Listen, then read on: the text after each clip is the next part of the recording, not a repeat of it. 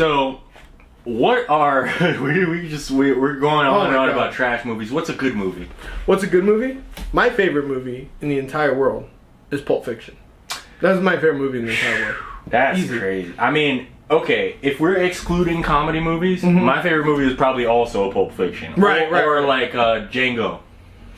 See, I like Django too long. It's a little too long. It ain't as good as Pulp Fiction. No, but it's good. It's up there. Yeah. I loved watching what's that other movie like the 13 like in the Hateful Eight? Yeah, the Hateful Eight. Like I like that movie a lot too. It's great, but it's too long. It's too long. Yeah. That's the problem. Like it's great your first watch. I like the shorter Quentin Tarantino movies, Kill Bill, Pulp Fiction.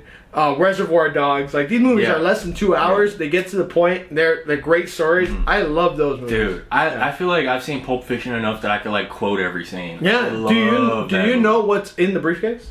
It's a light. Right. But do you know what it's supposed to be in the story? I think it's supposed to be someone's soul. Yes. I think it might be Marcellus Wallace's soul. It is Marcellus Wallace. Because he has a Band-Aid on the back of his head. Yep. Right? Yep. So, did he sell his soul? Like, most likely. What's the deal? He most likely sold his soul, finally made enough money to buy it back, and he's getting these guys to get his soul for him. And that's why like everybody who sees it is so like, oh my god, it's beautiful. Yeah. It's so gorgeous. That's so interesting, like that the movie is so grounded. It's still pulp.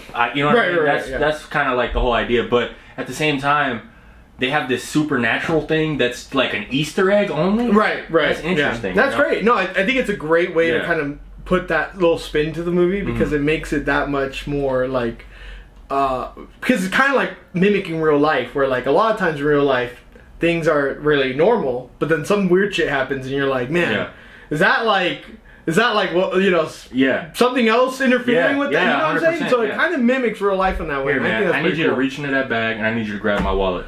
Which bag? It's the one that says "bad motherfucker" on it. Oh yeah. Oh, I fucking fell for it. No, I let it happen. But Tarantino's probably my favorite director. In reality, my favorite movies are all Will Ferrell movies. But I love Tarantino. Tarantino. If we're watching serious movies, I like Tarantino. Okay, what's your favorite Will Ferrell movie? The Other Guys. The Other Guys. I got a tie for mine. I'm cheating. It's Talladega Nights. Love it. And Step Brothers. Yeah. Dude, yeah. Oh my god. I don't know what to do with my hands. Yeah.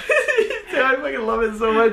I love Talladega Nights and Step Brothers. Those are my two favorite. But my favorite thing for Step Brothers to say is, hey, you don't say that. Like, hey, you don't say that. Yeah. Whenever somebody says something mean, I'm just like, you don't say that. My favorite one is when he says, you see these abs? I haven't eaten a carb. Yeah, dude, and then it cuts to like a totally other person. And they're all oiled up. Dude, it's so good. You want to punch me in the face. Oh my god, dude. I love that movie. It's the same two guys, right? Same two dudes in both those movies. Oh, you're talking about John C. Reilly? Yeah. Same right. Oh my god, so I love those movies so much. Did you touch my drum set? He's like, no, then why are you so sweaty? I was watching cops. So somehow you're sweaty. He goes like, I know cops doesn't stop at 4 and then starts at 4 p.m. So stop lying. Yeah. Dude, that movie's awesome, and I think I also liked Adam Sandler movies growing up too. Like I thought Adam Sandler funny movies were really great too. I think my favorite Adam Sandler movie is probably Wedding Singer. What? I love Wedding Singer. I mean it's cool, but I thought you were gonna say Waterboy. No, 50 First Dates would be my second. 50 First Dates is so 50 good. First Dates would be like my second. I don't even like rom-coms. Right. But that movie is fire. That movie was good. Yeah. It was great. Rob Schneider was funny in that movie. Yeah. You can do it. Wait, no, that's the wrong one. That is Waterboy. Yeah, I love Waterboy too much. It's like every time I think of Adam Sandler, like I like when he's like, I love Vicky Valancourt and she showed me her boobies and I love them too. Yeah, no, it's just like I think Adam Sandler doesn't need to be like mega dumb in his movies, you know, like kind of like Waterboy. He did that for a while. Yeah, he did. And then like Happy Gilmore, Mr. Deeds a little bit. Yeah, you see, like I don't mind that. I think he was like in that sweet spot in Wedding Singer and in 50 First Dates where he was like, I'm not a total idiot, but like I'm also like just like, kind of dumb, right? Yeah. Like he was dumb in both. I like Chuck and Larry. Chuck and Larry is also a good movie. Chuck and Larry is a good movie. The one I don't like is Uncut Gems. You know why? That movie makes me uncomfortable. Exactly. Yeah. Uncut Gems is like the feeling you get when you're just stressed, overwhelmed, and anxious for 2 hours. Yeah. To the viewer. Dude, he was just like, yeah, but he killed it, right? Yeah, Adam Sandler killed that movie. And it kind of proved, just like Bryan Cranston, that he could be in serious stuff and kill it. Where like Will Ferrell, I don't think he ever got into I have never seen anything that he probably has some. But yeah, he probably does. But yeah, exactly. Like I think Jim Carrey can do a serious movie.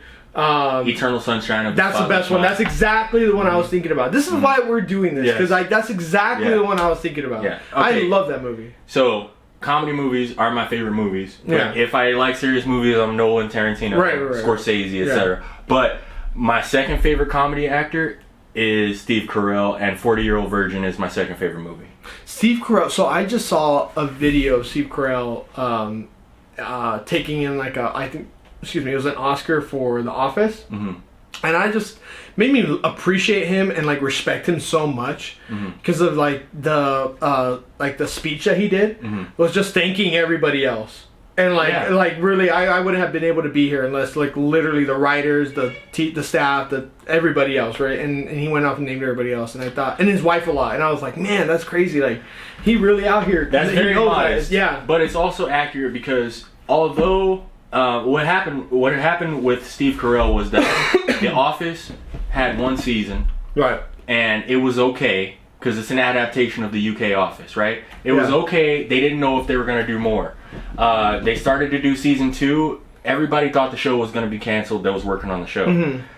Then 40-Year-Old Virgin came out, and Steve Carell out of here, right? Really? It was because of that movie? Yes, it was because of that movie that The Office really became more popular and kept going. Oh wow, I never even knew that. But here's the thing about The Office is that it's full of talent.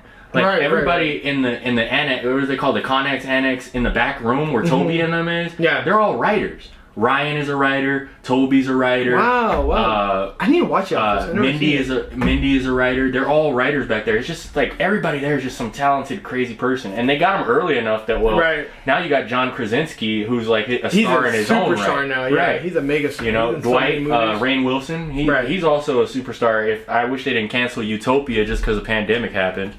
Utopia was a show that Rainn Wilson was in, and it was about a pandemic, so they canceled it. Oh wow, that's crazy. It was so good. That sucks. But yeah. So The Office, I need to watch it, but I don't got that kind of time. It kind of goes back to like the One Piece thing. I was gonna mention it when we're talking about it. I kind of fell into the hype, but like I just know I can never watch it.